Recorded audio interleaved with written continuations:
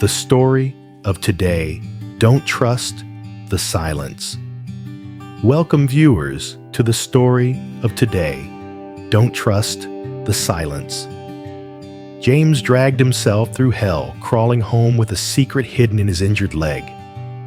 But just when Diep thought she had saved her husband, the terrifying truth exploded. The map was a lure. The thing James truly risked his life for was the secret ledger, the only proof that could bring down an entire massive crime syndicate. And now, as James lies unconscious between the brink of life and death, the hunter isn't outside the door. He's standing right in the kitchen, wearing a white coat. Dr. Kanj. Doctor or killer? Did he use the injection to save James or to keep him asleep forever? Diep has only seconds left to decide. Will she hand over the evidence for her husband's survival or keep the ledger to bring everything to light? One wrong decision and the whole family vanishes. Don't blink. Right now, James's life and the fate of hundreds of people rest in her hands. Tune in now to see how Diep deals with this deadly betrayal. Like and subscribe so you don't miss the moment Dr. Kan is exposed. For the first time after a long period of chaos, the house was plunged into a silence that felt almost illegal. It wasn't the usual quiet. It was the terrifying absence of the noises that had become daily bread. The shattered whispers, the malicious rumors flying around like night moths, and especially the ringing of the phone from unknown numbers calls that brought nothing but darkness. Now, only the innocent chirping of sparrows in the lush green bamboo grove remained, and the slow, steady breathing, a proof of survival, of the man on the old wooden bed. Inside, James lay on his side, one arm covering his eyes, as if trying to shield himself from the light of a world he wasn't sure he still wanted to face. His bandaged ankle was carefully propped up on a folded blanket, a silent symbol of the battle just fought. His clothes had been changed, but the exhaustion etched onto his face was still there, indelible. However, for the first time, it was softened by an incredible peace, a rare moment of stillness suspended between hell and heaven. In the corner of the kitchen, Diep moved like a phantom, every action performed with extreme caution. She gently stirred the pot of white porridge. The thin steam curled up in the faint early light, carrying the scent of recovery. But her eyes weren't fixed on the pot. They constantly darted toward the old wooden door, trying to catch the smallest sound from inside. A soft groan, a turn. This silence, is it a trap? She wondered, gripping the stirring spoon tightly. When the biggest storm has just passed, that's often when the danger is greatest. On the porch, Nee sat huddled on the stool, hugging the neck of the dog, Dawn, a loyal but unwitting bodyguard. Quiet now, Dawn. Absolutely no noise, the little girl whispered, pressing her cheek against the warm fur. Dad is still tired. The word Dad vibrated in her throat. It was still new, carrying an unimaginable weight so precious that she was afraid she would drop it. It wasn't just a title, but the affirmation of a fragile truth that the whole family had fought to win.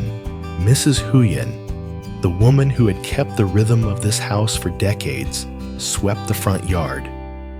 Her bamboo broom moved in a rhythmic motion, but her mind was elsewhere, lost in the days that had just passed. Just yesterday, this house was a cage of iron and fear, where everyone waited for a death sentence, where the smell of anxiety mixed with the incense smoke of ancient prayers. What about today? Today it smelled of porridge and hope. But this too sudden change made Mrs. Huyen feel uneasy. Like a violin string, pulled so tight it was about to snap. The current quiet seemed too perfect, too complete. Who had inflicted James's injuries? Would those people accept defeat so easily and stop the mysterious calls and rumors? Diep's piercing scream still echoed, mingling with Nye's sobs, and Don's terrified barks. The house, which moments before was a sanctuary of peace, had now turned into a scene of chaos and panic. Diep knelt beside James, feeling as if the world had shrunk to nothing but the alarming heat radiating from his body. She used her old apron to wipe the cold sweat streaming down his forehead. Her hands trembled as she gently squeezed his cheek. James, wake up. Look at me. His eyes were half open, but there was no recognition. They stared through her unfocused and empty. His chest heaved with shallow, rapid breaths, as if his lungs were fighting against an invisible force. The fever was burning him up, a ferocious fire blazing beneath the veneer of exhaustion. Mrs. Huyen acted immediately. After yelling out sharp orders, she rushed out of the house, not to call the village physician, but to go straight to Dr. Kan's house, which was 2 alleys away. She couldn't waste a second on a phone call. The sound of her sandals slapping against the concrete floor was fast and urgent. A new rhythm of fear. Nye, despite her intense crying, tried to follow her grandmother's instructions. The girl ran into the kitchen, her face streaming with tears, her hands trembling as she scooped cold water into the small copper basin and handed a clean towel to her mother. "Mom, is Dad going to be okay?" Nye cried, her voice catching. "He will be, sweetheart. He has to be." "Diep," said her voice hardening with resolve. She dipped the towel into the cold water and placed it on James's forehead, trying to bring down his rising temperature. She took his hand again, pressing it against her cheek, feeling his weak pulse. He had come too far on that leg. He was home now. He was not allowed to leave again. The truth James was fighting might not have been just physical exhaustion. It was infection. The ankle wound, despite the crude bandaging, had likely become severely infected after the long, dangerous journey he had endured. His body was destroying itself to fight an invisible enemy. Less than 3 minutes later, Mrs. Huyen returned, and she wasn't alone. Dr. Kan, a thin man with sharp eyes and gray hair, stepped in. He was a quiet man who had witnessed countless lives come and go in this village. He wasted no words, immediately kneeling beside James. He pulled James's eyelid up, examined his pupils, then felt his neck.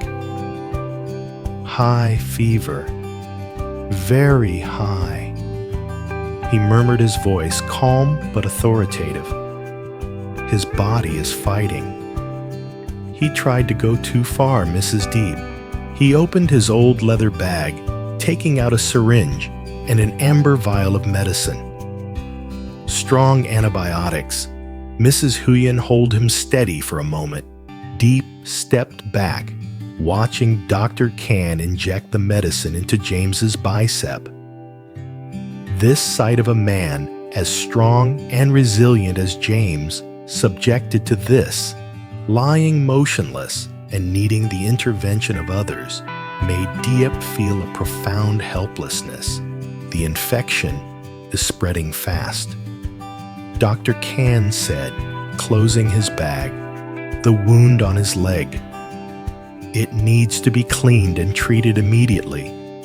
Luckily, it hasn't abscessed yet. He turned to Diep, his gaze serious. Listen, Diep. This medicine will fight the infection, but we need to bring the fever down. The critical thing is for him to wake up. If he sinks into a deeper coma, his chances decrease. You and Ly take turns continuously applying cool compresses, and you must give him warm ginger sugar water a small spoon at a time. If he can swallow, things will be okay. Then he glanced toward the door, where the morning light was streaming in. And the other things. It seems he wasn't just running from an injury. Has anyone been looking for him? Diep swallowed hard. His question cut through the veil of false peace. No, sir. Strangely, it's been very quiet. Dr. Can nodded, but his eyes were still full of suspicion. Good. Keep everything silent. Any stress could weaken his heart. I will return tonight. Dr. Can left, and Diep and Ly continued the cool compresses. Time passed as slowly as molasses. Every breath James took was a critical event. After about 15 minutes, James began to show signs of change. His breathing was less rapid, and his facial muscles seemed to relax a little. "Mom, his temperature seems to be dropping." Ly whispered, her face smeared with tears and sweat. Diep felt a fragile spark of hope. She took the small spoon, gently bringing the warm ginger sugar water to James's lips. "Swallow, my love. You have to swallow." James groaned. He didn't swallow. Instead, he began to mumble unclear words, like a voice buried under a layer of mud. "What is it, James? What are you saying?" Diep leaned her ear close. He repeated it clearer this time, yet still nonsensical. "The box. The key under. Don't tell." Before Diep could ask more, a sudden sound echoed. A knock at the door. It wasn't a rushed knocking, but a slow, heavy, deliberate knock. As if someone was waiting patiently, yet would not accept refusal. Diep and Mrs. Huyen exchanged a look. The silence had been shattered. "Who is it?" Mrs. Huyen asked softly, her hand tightening around the broom she had just put down. The second knock came stronger, causing the wooden door frame to vibrate slightly. Then a voice spoke from outside, terrifyingly cold and polite. It was the voice of a stranger, someone who did not belong here. "I know he's inside, Mrs. Diep. And I know what he brought with him." Diep felt the blood in her veins freeze. Instantly, she knew why James had been running and why this fever had come on. It wasn't just exhaustion. It was pure terror, and it had finally caught up to him. She looked down at James, who was twitching slightly. She squeezed his hand, knowing he wouldn't wake up to protect them. "Ly, get into the kitchen. Lock the kitchen door." Diep ordered, her voice hardening. Mrs. Huyen stood guard in front of the door, her elderly face set firm as stone. "I don't know what you're talking about," Diep replied, stepping to stand beside her mother-in-law. "Oh, yes, you do," the voice from outside responded. "It's a painting or a map. He took it from me. Hand it over, or I will come in and take it myself." Who was this stranger? Was he the one who injured James? Or was he a henchman for James's father? The village physician had barely vanished behind the bamboo grove, carrying his old medical bag, when the silence was shattered again. This time, it wasn't James's groan or Ly's cry, but the slow, heavy, decisive knocking, a sound intended to penetrate every layer of protection. Diep was kneeling next to James, trying to spoon-feed him the warm ginger water. The knock caused the spoon in her hand to clatter onto the wooden floor, creating a small but jarring sound. "Mom!" Nee whispered, clutching Dawn tightly, her eyes fixed on the door as if a monster was waiting. "Nye, go into the kitchen. Don't make a sound." Diep commanded, her voice low but sharp as steel. Mrs. Huyen, still standing on the threshold, her face turned toward the front yard, was rigid as a stone statue. This elderly woman had survived more storms than anyone else in the house. The second knock came stronger, making the door frame gently rattle. Then a voice spoke from outside, terrifyingly cold and polite. The voice of an unfamiliar man, carrying a confidence and authority that the villagers never possessed. "I know he's inside, Mrs. Diep." The voice rang out clear enough for Nye to hear even in the kitchen. "And I know what he brought with him." Diep felt the blood in her veins freeze. James let out a faint moan, mumbling meaningless words. "The box, the key under, don't tell." As if his unconscious body was still trying to send a final warning. She quickly stood up, grasping her mother-in-law's arm. "Ma, I'm going out. You watch James." Mrs. Huyen shook her head vehemently. "No, I'll go out. You stay here and care for my son." "No, Mrs. Huyen, you are too precious. He is not allowed to harm you." Diep said, her eyes blazing with fierce determination. She stepped outside, slamming the wooden door shut, making herself the sole shield between her family and the danger. On the porch, a man stood. He wasn't dressed in black, nor was he visibly armed, which only made him more terrifying. He wore a carefully buttoned shirt, sharply creased trousers, and polished leather shoes. He stood in the morning sun, creating a picture that was completely out of place in this simple farmhouse setting. "Good morning, Mrs. Diep," he said, the smile on his face reaching only the corners of his mouth. "My name is Duong. What do you want?" Diep asked, standing tall. She felt her heart pounding hard enough to tear through her chest. "It's just a small item your husband inadvertently took from me. It's important for my business." Duong said, his eyes sharp and calculating, sweeping across the yard and stopping on a blanket, James's dark gray polo shirt flapping in the wind. "I see he's been changed. So he's been home for a while now. He's not here." Diep lied, her voice razor sharp. "He crossed the border. He left. I know nothing about what you're looking for." Duong tilted his head. "You're not a good actress, Mrs. Diep. And I've been watching this house for 3 days. I know this gentle chirping only occurs when James stops moving. And I know the smell of porridge coming from the kitchen isn't for a healthy woman." He took a step forward. Diep did not retreat.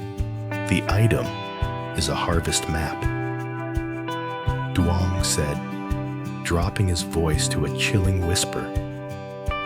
"It shows the exact location of everything we've spent years planting and hiding. It's in a small box, and I won't leave without it." "I don't have anything," Diep insisted. "Go away. We don't want trouble." Duong sighed, an act of deceptive patience. "That's a shame. I don't want to cause trouble for a woman and her daughter. But that item, it is my life, and I am willing to trade his life to get mine back." He pulled out a phone. "You saw the white truck a few days ago. It's full of men. I can have them here in 3 minutes." They are not as polite as I am. They won't knock. They will knock the door down. Duong's threat sliced straight through Diep's fear. She stared at him, weighing the risk of fighting back against revealing the truth. James was close to death inside. She could not allow a violent attack to happen. "Give me a minute," Diep said, her voice slightly trembling. "I will consider it. 1 minute." "No more?" Duong said, leaning against the porch column. His white shirt in the sunlight looked like armor.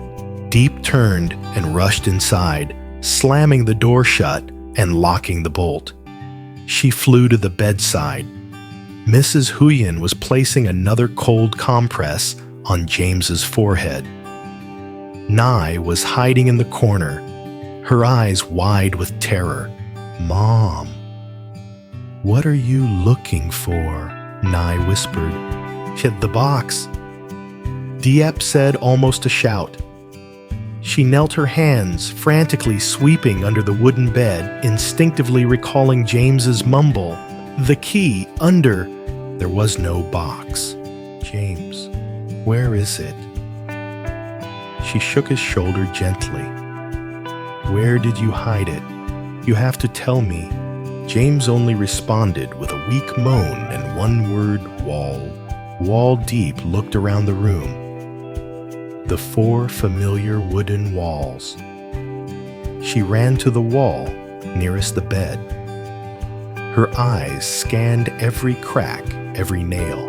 She stopped at the spot where the rosary beads still hung on a rusty nail. She touched the area, loose, her throat constricted. James wasn't a religious man. This rosary belonged to Mrs. Huyen, hung here for ages. But behind the beads, Diep used her fingernail to pry hard at the edge of the wooden plank. It was a thin board cleverly concealed. She yanked it off. There was a small hollow compartment wrapped in an old handkerchief. Inside, it wasn't a box, but a small parchment scroll and a very old-looking copper key. That was the thing James had traded his life for. She quickly grabbed the scroll and the key. "Time's up, Mrs. Diep." Duong's voice boomed through the door. "I don't like being deceived." His footsteps moved toward the door. Diep looked at James lying motionless. She looked at the trembling Ly. She looked at Mrs. Huyen. She couldn't give him this. If James had struggled to bring it home, it must be worth more than her life. Diep ran to the door, gripping the handle. She stared at the hidden plank, then looked back at James. Diep opened the door and stood straight.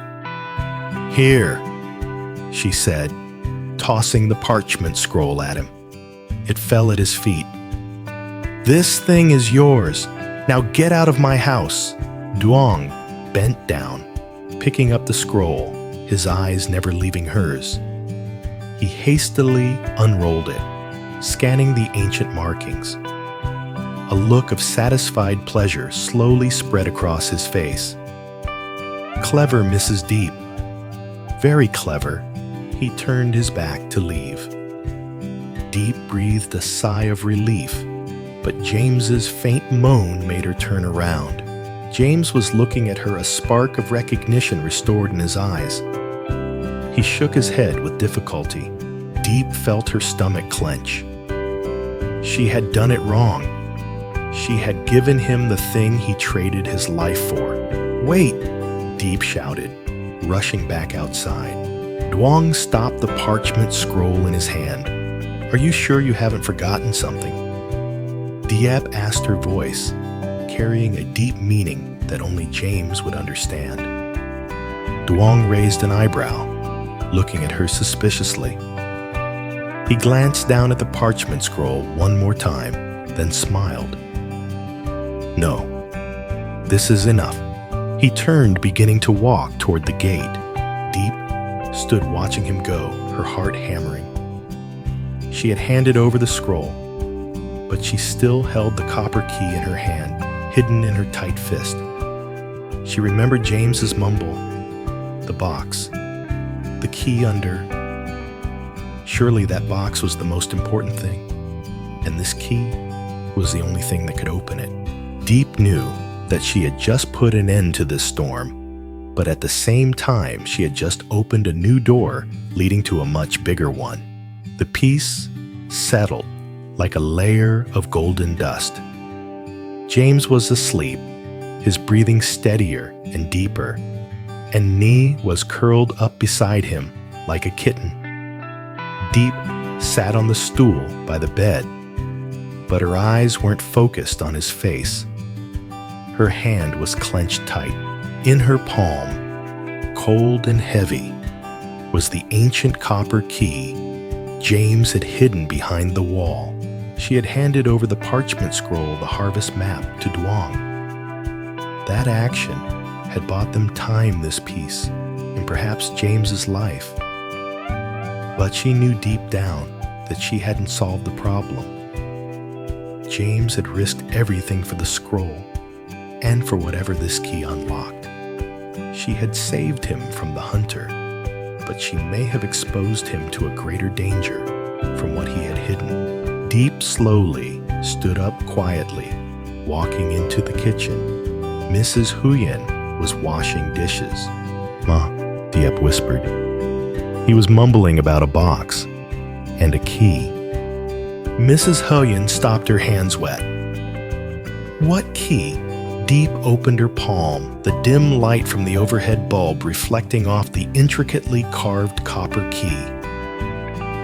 It was hidden behind the rosary beads. Mrs. Huyen trembled, moving closer to stare at the metal object. "This key, it's not from our house.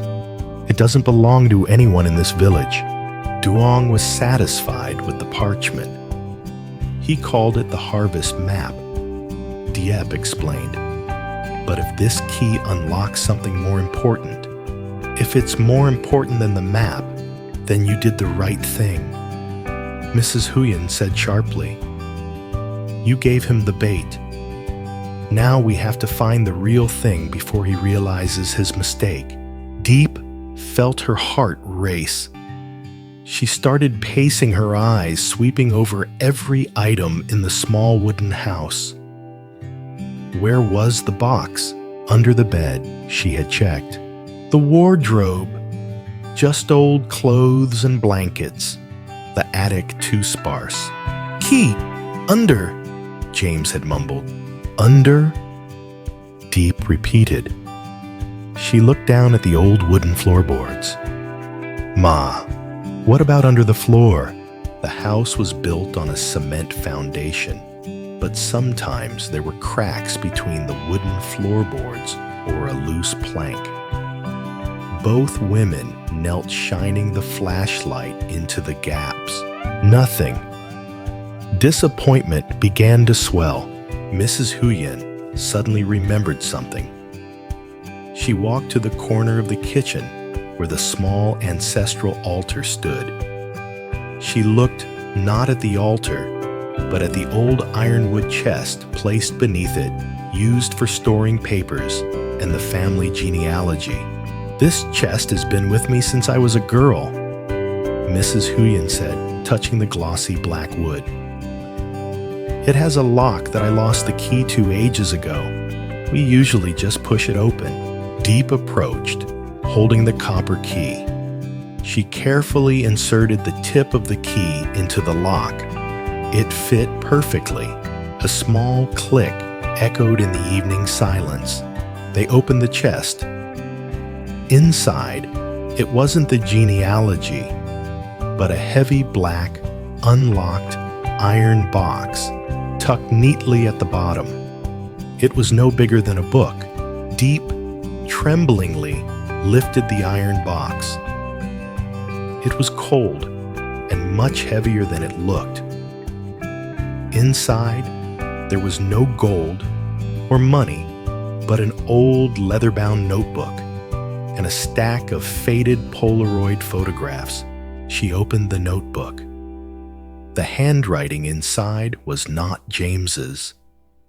It was English, neatly written like a travel journal or a ledger. Diep swallowed. This isn't something he brought back to trade for safety. This is evidence. Mrs. Huyen picked up the stack of Polaroid photos. The first picture showed an unfamiliar man standing next to a woman in a luxurious room. Mrs. Huyen gasped. This is him.